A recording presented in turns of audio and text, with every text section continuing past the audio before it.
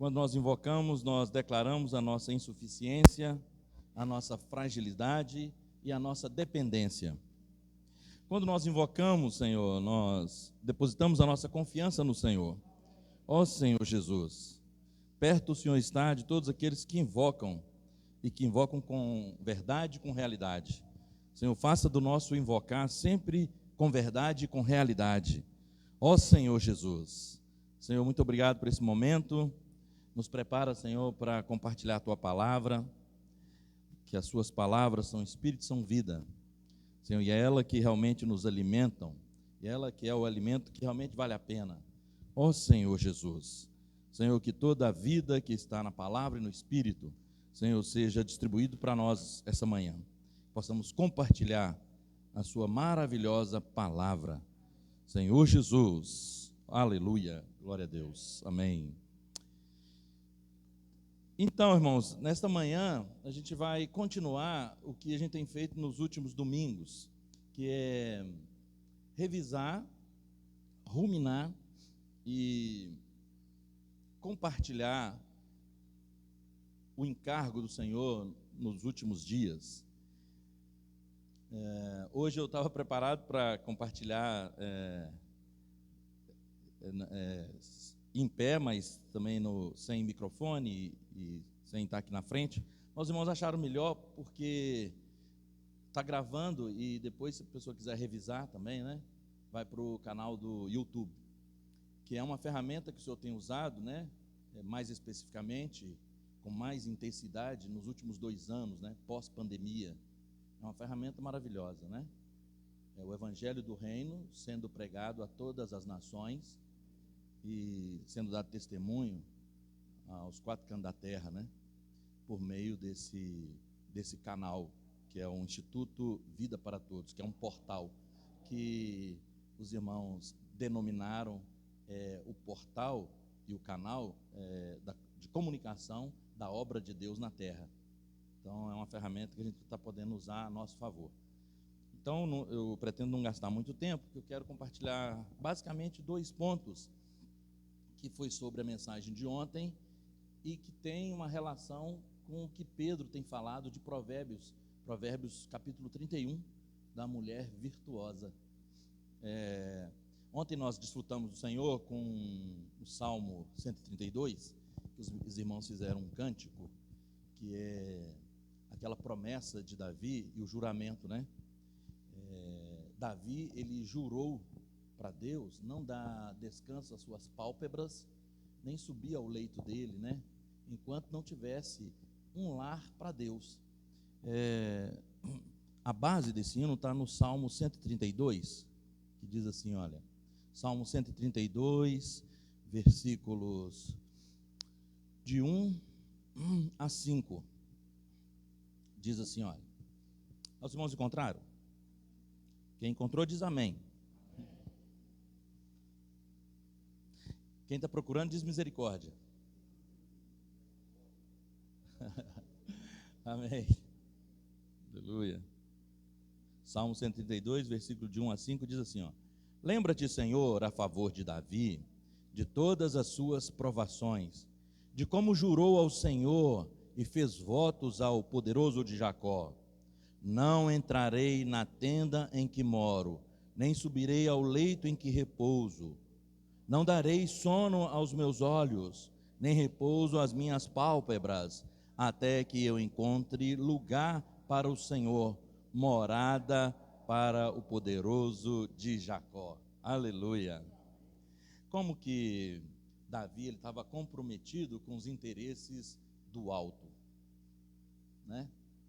E apesar de, no Velho Testamento, o que coube a Davi era edificar o templo, mas por causa das experiências dele, ele só pôde preparar os utensílios. Quem edificou mesmo foi Salomão. Mas ele tinha uma preocupação, porque no Velho Testamento, na velha dispensação, era o que Deus queria, sabe? Deus queria um lugar de habitação aqui na terra. Deus realmente queria um templo onde que fizesse as orações, os sacrifícios, as adorações, né? e ele, em comunhão com Deus, ele percebeu isso. Era época de muita idolatria, né? Muitos deuses com D menor, né?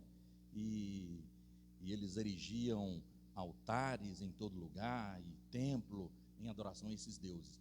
E Deus queria um lugar ali em Jerusalém. Deus queria um lugar de adoração. E Deus podia contar com poucas pessoas. E Davi foi essa pessoa que teve esse discernimento. Bom, eu moro num palácio, né? Eu tenho do bom e do melhor, e Deus. Então surgiu esse encargo no coração dele de ser um edificador, de edificar um lugar para Deus. Aí ele falou, né? Ele teve esse sentimento aqui maravilhoso. Então ontem nós louvamos o Senhor com este hino, e que tem tudo a ver, porque nós falamos sobre a ordem da reedificação do templo, né? Nós falamos lá de Ageu, falamos de Zacarias, falamos do sumo sacerdote Josué. E nós, quando fala do sumo sacerdote Josué, nós temos uma identificação muito grande com ele. Em Zacarias 3, fala que o sumo sacerdote Josué, ele estava com a roupa suja diante de Deus, e os versículos que se seguem ali são autoexplicativos. Aquela roupa suja denotava pecado e iniquidade dele e do povo. Então, quando o sumo sacerdote Josué chegou para se apresentar diante de Deus, Satanás também veio. E aí Satanás veio acusá-lo. Olha as vestes dele, né? Ele está todo sujo, todo em pecado, todo em iniquidade. Como é que ele vai poder edificar alguma coisa, né? Mas aí o Senhor, por meio do anjo dele, diz o seguinte: eu que escolhi a Jerusalém. Olha para você ver. Eu que escolhi a Jerusalém, também escolho a Josué. Ele é um tição tirado do fogo. Eu sei que ele tem muito pecado, tem muita iniquidade, tem muita falha, mas eu vou fazer um trabalho nele. Ou seja, a gente vê os braços da misericórdia e da graça de Deus alcançando a Josué, que não merecia, mas porque Deus falou assim: olha, eu que escolhi Jerusalém. Então a gente identifica com essa passagem, porque veja bem, quando você olha para a sua situação, e quando eu olho para a minha, a gente pensa assim: mas como assim, né? Como pode alguém me amar assim? É como nós louvamos com aquele primeiro hino, De Volta para Casa, né? Como pode alguém confiar em mim assim, sabendo que se a porta tivesse aberta eu ia vazar, sabendo que das minhas falhas, dos meus defeitos, um tição tirado do fogo. Então, um pecador, que graça ganhou. Então, aí você imagina, o que Deus viu em mim? Eu já ali destinado ao lago de fogo, já queimando, né? No ano passado nós usamos muito aquela figura, né? De um tição no meio de um braseiro, e o braço da misericórdia, o braço de Deus tirando a gente assim, olha que legal, né? Mas essa passagem de Zacarias 3, ela começa a clarear muitas coisas para nós. Diz assim, olha, antes de falar de Josué, ele fala assim: olha, eu que escolhi Jerusalém. Mas o que tem a ver Josué com Jerusalém? Então, a gente podia trocar Jerusalém pela igreja ali, porque a Jerusalém era a vontade de Deus no Velho Testamento. No Novo Testamento, a gente sabe que é a igreja. Igreja é a menina dos olhos. No Velho Testamento, Jerusalém era a menina dos olhos. Então, a gente pode inferir: eu que escolhi a igreja. É por isso que eu escolhi os irmãos da igreja em João Monlevade, e como tição tirado do fogo, eu tirei eles, e pretendo vesti-los de linho finíssimo. Ou seja, a gente sabe que vestes na Bíblia representa o nosso comportamento, a nossa conduta, são os atos de justiça dos santos. Então, olha, ele que escolheu Jerusalém, pegou Josué como um tição tirado do fogo e vestiu ele de finos trajes, isso mesmo. E ele quer fazer a mesma coisa conosco. Por quê? Porque ele tem uma edificação por vir. Por que ele precisava do Josué? Porque Josué era um sacerdote, sumo sacerdote. Então Deus precisa de sacerdotes para a edificação. Tanto é que no alimento diário nós lemos, acho que na terça-feira fala o sacerdócio e a edificação. Então uma edificação, ela pressupõe um sacerdócio. Então Deus tem uma edificação, que é a edificação da igreja, é a menina dos olhos, né? Deus está preparando a sua noiva. Não é Isaías que fala que o teu Criador é o teu marido? Cânticos do Cântico não fala de um romance? A Bíblia inteira não fala de um romance? Gênesis não fala que deixará o homem, o pai e a mãe, se unirá à sua esposa, tornarão os dois uma só carne. E essa mesma passagem não fala lá em Efésios 5? Mas quando fala em Efésios 5, ele fala assim, Paulo fala assim, grande é esse mistério, mas eu me refiro a Cristo e à igreja. Então a Bíblia toda supõe uma história de romance, né? Onde tem um noivo, uma noiva, onde tem um marido, onde tem uma esposa. Então um coopera com o outro. Então essa é a edificação da igreja. Então aí na epístola de Pedro, olha como é que a gente... Olha o que Deus fala na primeira epístola de Pedro. Então nós sabemos que uma edificação, ela precisa de um sacerdote, certo? E nós vemos que Cristo, Ele é o nosso sumo sacerdote. Ó Senhor Jesus, primeira epístola de Pedro.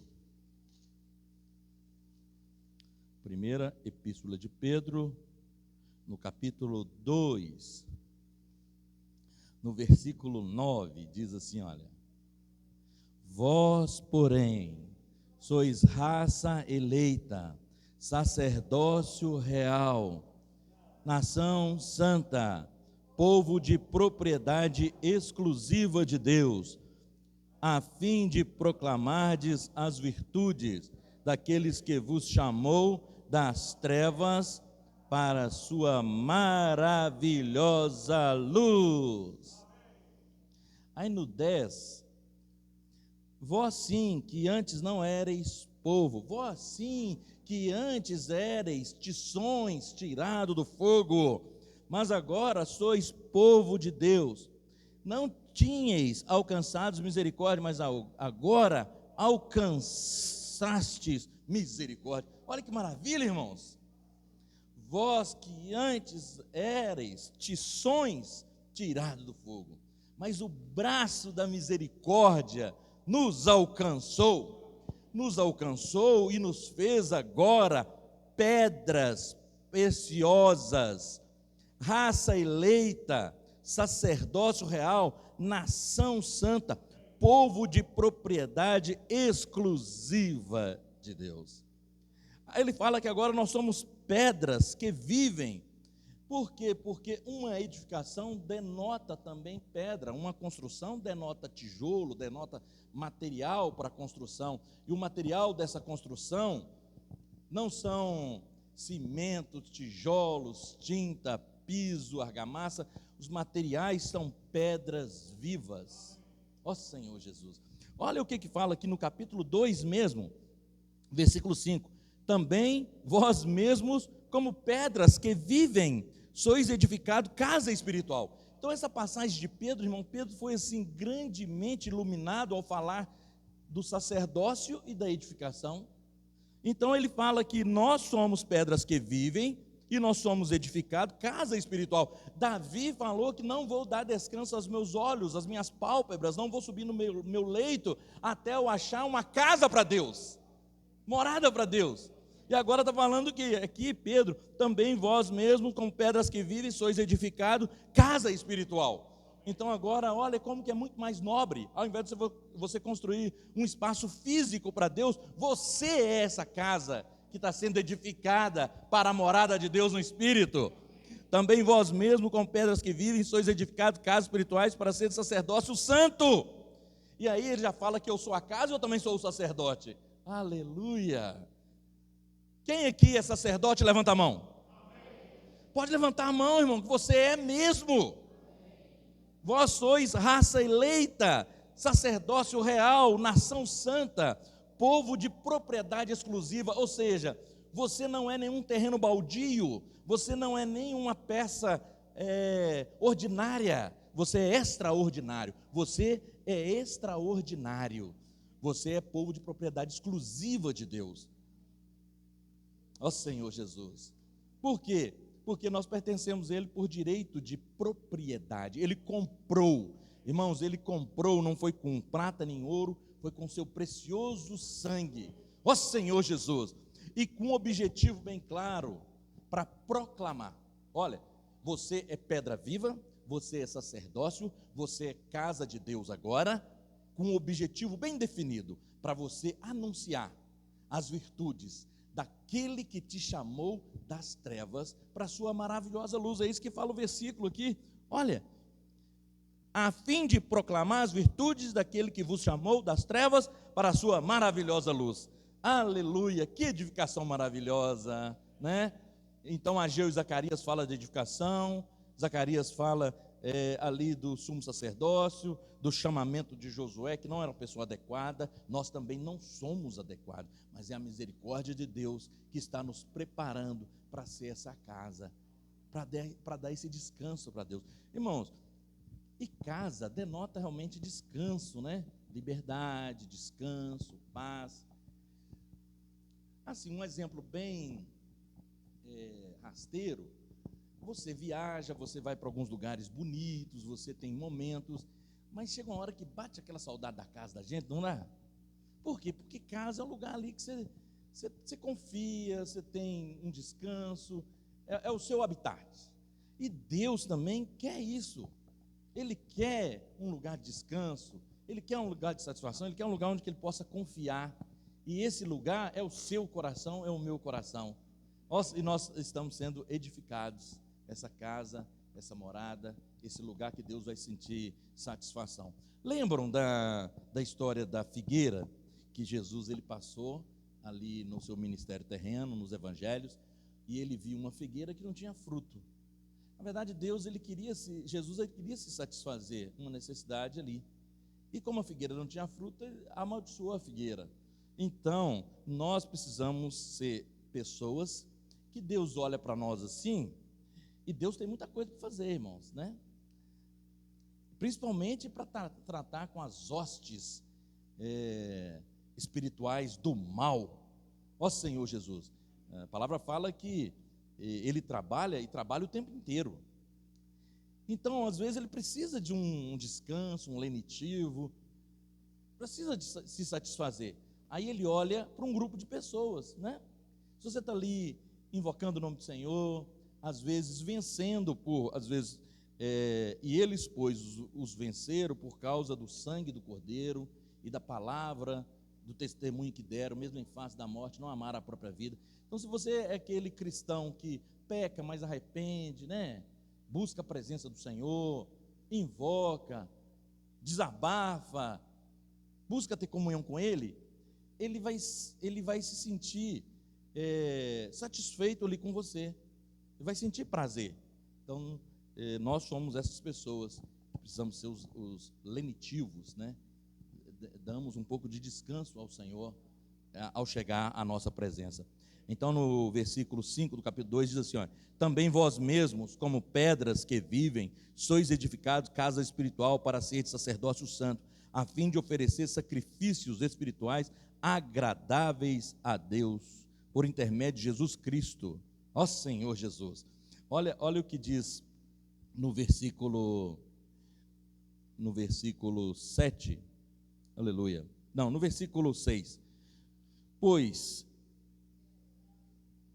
isso está na Escritura: eis que ponho em Sião uma pedra angular, eleita e preciosa, e quem nela crê não será de modo algum envergonhado. 7, para vós outros, portanto, os que credes, é a preciosidade, mas para os descrentes, a pedra que os construtores rejeitaram, e essa veio a ser a pedra, a principal pedra angular.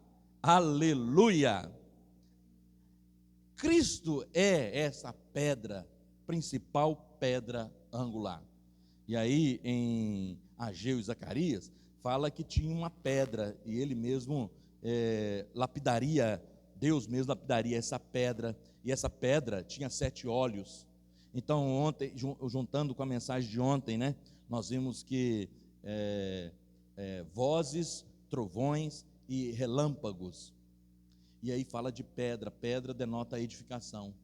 E essa pedra era uma pedra viva. E essa pedra, ela tinha 7 olhos. E aí Apocalipse fala que esses 7 olhos são 7 olhos de tochas. São como 7 tochas. E também são como 7 olhos do Cordeiro, né? E aí estão diante do trono e saem vozes, relâmpagos e trovões. E aí o Espírito do Senhor, nesse tempo do fim, está na sua capacidade máxima, exatamente com o espírito de urgência que Deus tem para trabalhar em cada um de nós, para fazer essa edificação, para fazer essa morada. Tem dificuldade? Tem. Tem sofrimento? Tem, né? Tem problema? Tem pecado, mas também tem essa pedra que é a pedra fundamental, é a pedra que você abre a vala e joga ali para fazer a base, mas essa pedra também é a pedra angular, é a pedra de acabamento. Então Jesus, ele é o início e o fim dessa obra de edificação na sua vida e na minha vida. Ele é o alfa e o ômega, ele é a pedra fundamental, ele é a pedra de arremate, aquela que dá acabamento ali, Zé Luiz, é Jesus Cristo. É só Deus mesmo, né? Porque um negócio é uma pedra de fundamento, você não pode ser cheio de aresta, não tem necessidade de nenhum acabamento, você joga ali, não é? Depois você joga concreto para fazer a base. Mas a de acabamento não, de acabamento ela precisa ser toda certinha, né? Hein? Toda certinha, geometricamente ali, o ângulo e tal. E aí os pedreiros de acabamento até recebem um pouco mais, ou não é? Que denota uma habilidade um pouco maior. Mas Cristo é essa, tanto de fundamento como de arremate, de acabamento. Então, se a sua vida está precisando de algum arremate, algum acabamento, é Cristo Jesus, é essa pedra viva. E fala que os olhos do Cordeiro estão rodando toda a terra. Ó Senhor Jesus, Deus é o Deus onipresente, irmãos. Ele é o alto, ele habita, ele é o sublime, habita no alto, e ele é o próprio alto, mas ele também habita no coração contrito e no espírito abatido, com o objetivo de vivificar. Ó Senhor Jesus. Então o Senhor é maravilhoso, não é? Nós estamos em obras, ele está trabalhando em nós, trabalhando nas suas virtudes, porque ele quer que a gente proclame as virtudes. E quais são as virtudes dele? Amor, bondade, benignidade, né? Justiça, alegria, paz, domínio próprio, mansidão, longanimidade. São muitas essas virtudes, mansidão, humildade.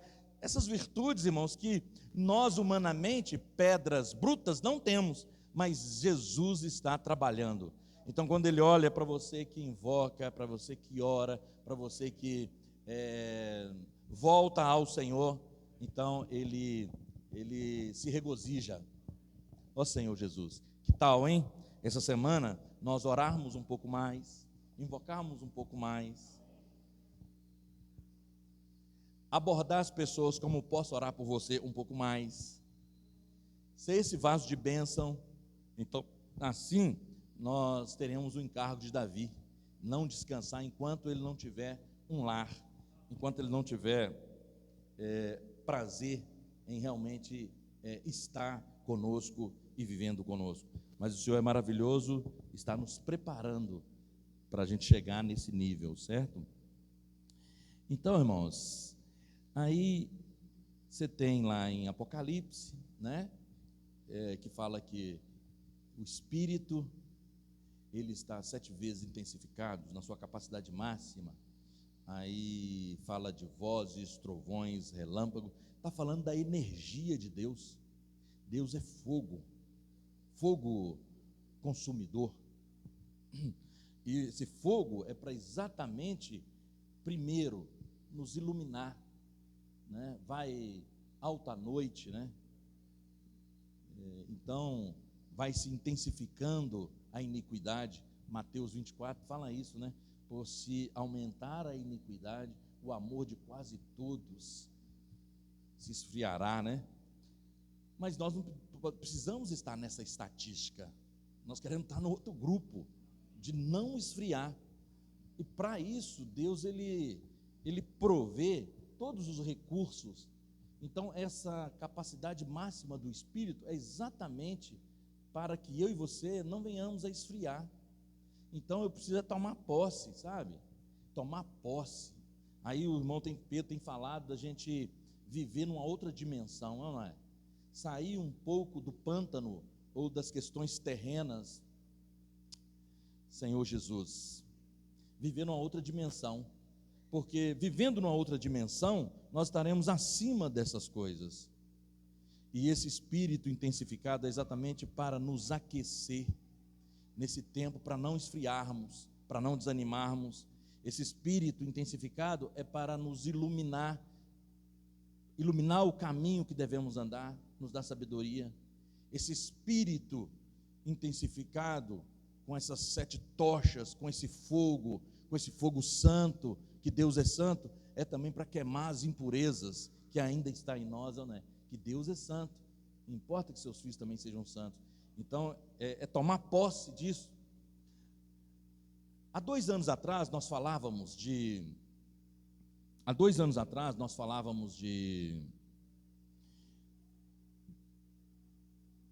Assim...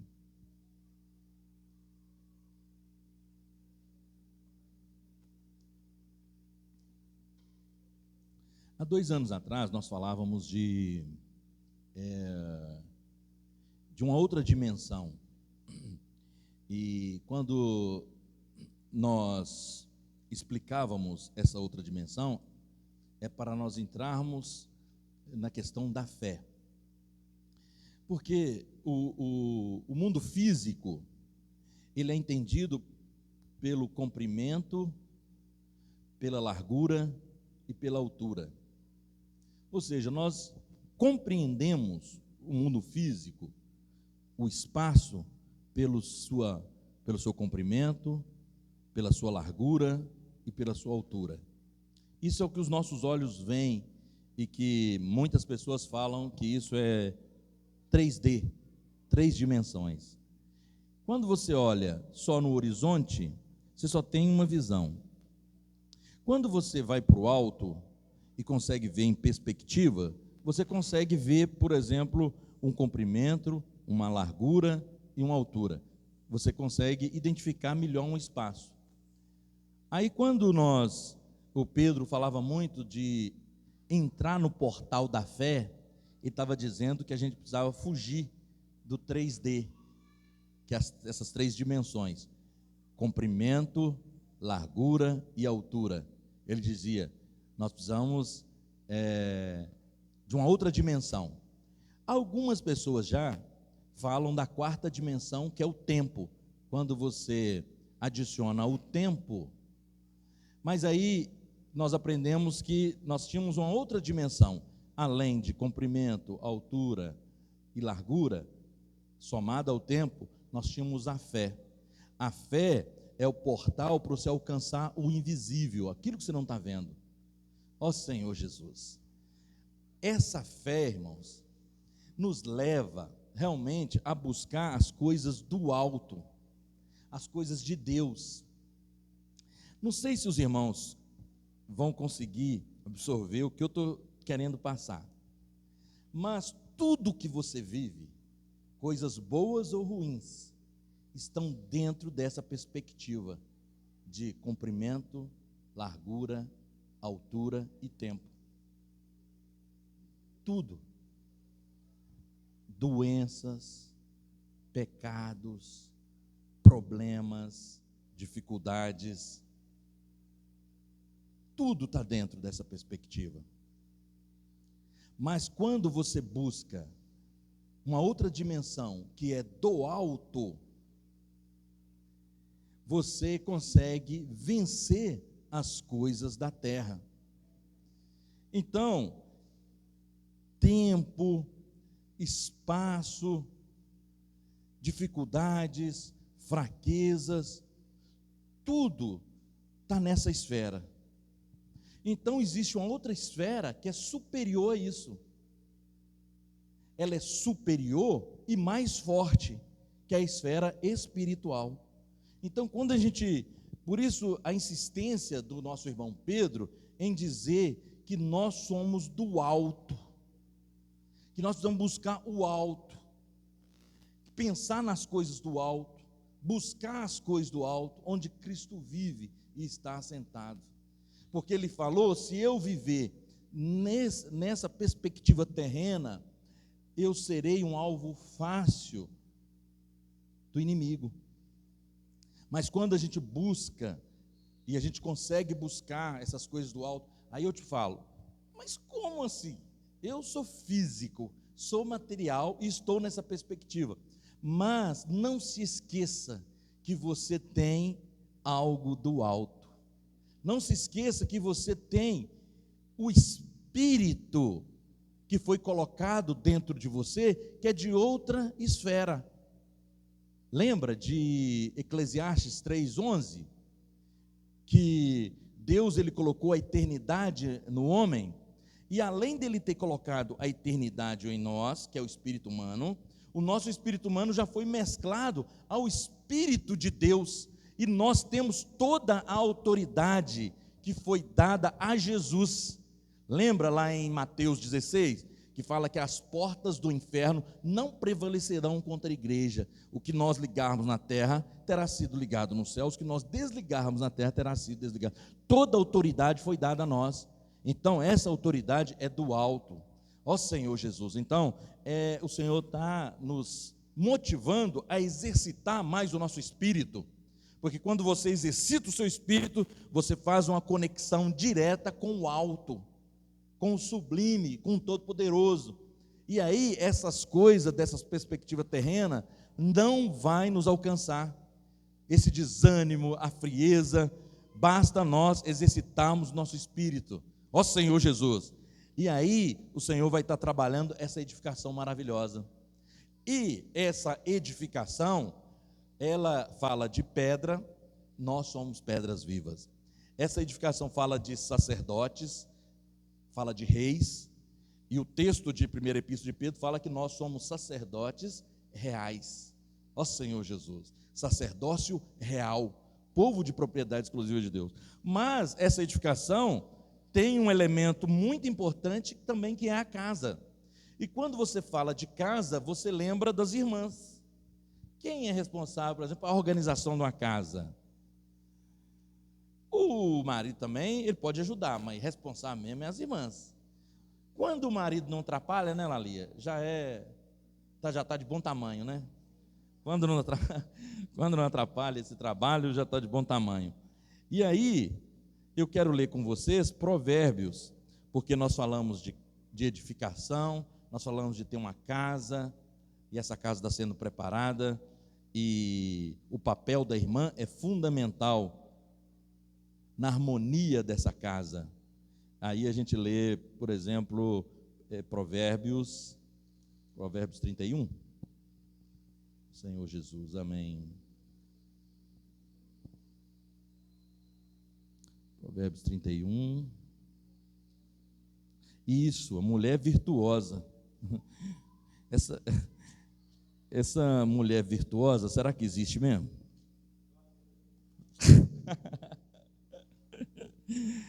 Divânia, está só aumentando o sarrafo, hein?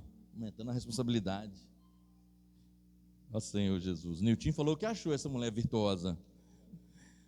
Ó Senhor Jesus. Essa mulher virtuosa não é mulher virtual, não, irmãos, é mulher virtuosa, né? Mulher virtuosa, né? Mulher virtual é um perigo. Ó Senhor Jesus. Versículo 10 em diante, diz assim, olha.